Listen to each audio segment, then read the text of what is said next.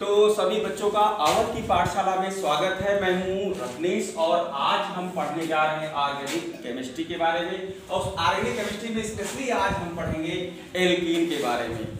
और ऑर्गेनिक का मतलब समझ लेते हैं पहले कि ऑर्गेनिक का मतलब क्या होता है। जैसा कि नाम से स्पष्ट है, ORGANIC, IC अगर हटा दिया जाए तो एक शब्द आता है ऑर्गन। ऑर्गन यानी अंग, यानी वो प्रोडक्ट या वो चीजें जो हमें प्लांट या एनिमल से मिलती हैं ऑर्गेनिक में। जैसे प्लांट से एक मिलता है, छोटा सा एग्जांपल देखिए, सिट्रिक एसिड या फिर एसिटिक एसिड CH3COOH, गन्ना के रस से बनाया जाता है, सिरका बोलते हैं। उसी तरह से एनिमल से हमें क्या मिलता है, एक लैक्टिक एसिड मिलता है। लैक्टिक एसिड किसमें होता है, दूध में होता है। तो ये दोनों एसिड जो सिट्रिक एसिड है, बहुत सारे एसिड आते हैं, वो ऑर्गेनिक में आएंगे। लेकिन आज स्पेशली हम पढ़ेंगे, गिनती पढ़ेंगे, केमिस्ट्री की गिनती।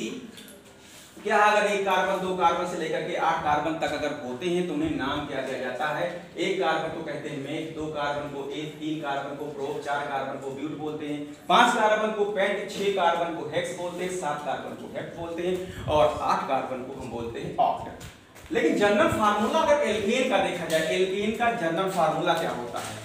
जनरल फार्मूला होता है CnH2n+2। अब इसी फार्मूले में अगर हम वैल्यू रखेंगे एक 1 की 1 2 3 4 5 6 7 8 तक, तो हमें सारे फार्मूले एल्केन के फार्मूले निकलते चले जाएंगे। देखिए C पर एक, N पर एक रखा तो CH4 आया। कैसे? 1 रखा यहाँ, 1 2 जा 2 और 2 4 आया। इसी तरह से C पर इक्वल टू 2 यानी N इक्वल टू 2 हो जाएगा, तो H कितना होगा, 2 2 जा 4 और 2 6 हो जाएगा।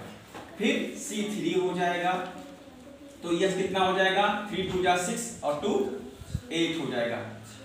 2 यहाँ 6 और 2 8 हो गया। C4 हो गया, यहाँ N इक्वल टू 4 हो गया। तो H पे अगर N 4 रखेंगे तो 4 दूनी 8 प्लस 2 कितना हो जाएगा, 8 2 10 हो जाएगा। अब ध्यान से देखिए, कार्बन 1 2 3 किस क्रम में बढ़ रहा है, तो हाइड्रोजन किस क्रम में बढ़ रहा है, 2 के पहाड़ पे। देखिए 4 2 6 2 8 2 10 ऐसे बढ़ेगा। तो हम क्यों ना बढ़ा लें, C5H12 कर लें, C6H14 कर लें, C7H16 कर लें और C8H16 to 18 कर लें। तो ये हमारा एल्केन है। एल्केन का पहला मेंबर कौन है, वो है मीथेन। नाम क्या है, मीथेन। मेथ से एक कार्बन मेथ और इसे सब में एन लगाएंगे। देखिए इसमें सिंगल बांड होते हैं, एल्केन में सिंगल बांड होते हैं, जबकि एल्कीन की अगर बात करें, एल्कीन की बात करें तो इसमें डबल बांड होता है, और एल्काइन की बात करें तो इसमें ट्रिपल बांड होता है। तो एन इन आइन, एन पढ़ेंगे, इन कहेंगे, आइन कहेंगे। मेथेन तो मेथीन हो जाएगा एल्कीन के फॉर्म में, और एल्काइन के फॉर्म में मेथाइन हो जाएगा। वो बाद में बात करेंगे, पहले यहां देख लेते हैं कि ये क्या है। ये है मीथेन। ध्यान से देखिए, methane, ethane, propane, butane, pentane, hexane, heptane और ऑक्टेन, सब में एन लगेगा। और सब में एन लगने के बाद ये सारे फार्मूले निकल गए। लेकिन अब हम इसको इल करने जा रहे हैं, इल यानी बीमार करने जा रहे हैं। बीमार क्या, किसी बॉडी में अगर किसी तत्व की कमी हो जाए तो क्या होता है, बॉडी क्या होती है, शरीर क्या होता है, बीमार हो जाता है। अब यहाँ फार्मूला चेंज करने जा रहे हैं, एन से इल बनाएंगे, एन से इल बनाएंगे। देखिए कैसे, अगर इनमें से एक हाइड्रोजन, सब में से एक हाइड्रोजन को हम माइनस कर दें, सारे में से एक हाइड्रोजन। तो देखिए अगर मेथेन से एक हाइड्रोजन निकल जाएगा तो कार्बन तो उतना ही रहेगा, लेकिन हाइड्रोजन 3 हो जाएगा यानी CH3, कार्बन 2 ही रहेगा, C5H5 हो जाएगा, C3H7 एक हाइड्रोजन हो जाएगा कम, और फार्मूला जो है वो बदल जाएगा, C6H13 और C7H15, C8H बचेगा 17। अब ये मेथेन है और ये हो गया एल यानी मेथिल, एथेन से एथिल, प्रोपेन से प्रोपिल, ब्यूटेन से ब्यूटिल, पेंटेन से पेंटिल, हेक्सेन से हेक्सिल, हेप्टेन से सेप्टिल, ऑक्टेन से ऑक्टिल। इल हो गई, सारे फार्मूले निकल आएगी। हाँ, अगर हम इसकी चेन बनाना चाहें, चेन तो यहाँ से बनेगी नहीं। चेन जब बनती जब उसमें कार्बन के एक से अधिक क्या होते हैं, एटम जुड़े, एक से अधिक कार्बन लगे होते हैं। इसकी चेन तो बनेगी नहीं क्योंकि एक है, चेन कहाँ बनेगी, लेकिन एक से ज्यादा होंगे तो चेन बनेगी। इसकी अगर हम चेन बनाना चाहें, कैसे हम इसकी चेन बनाते हैं? अगर चेन बनाना चाहें तो कार्बन 2 है, जी हाँ कार्बन 2 है, सिंगल सिंगल बॉन्ड से दिखा दिया। हाइड्रोजन 5 है, तो पांचों हाइड्रोजन को हमें डिस्ट्रीब्यूट करना है यहाँ पर, तो ढाई तो जाएगा नहीं, तो कोशिश करते हैं भाई ढाई नहीं जाना, तो एक यहाँ दे देंगे, एक यहाँ दे देंगे, एक यहाँ दे देंगे, 3 हो गए। तो उसके पास बेचारे के पास एक ही बच, 2 ही बच रहा, ही हो जाएगा। अब ये क्या होगा, इसके पास एक एटम की कमी है, तो जब ये रिएक्शन करेगा तो वो वाला एटम आकर इस पे जुड़ जाएगा।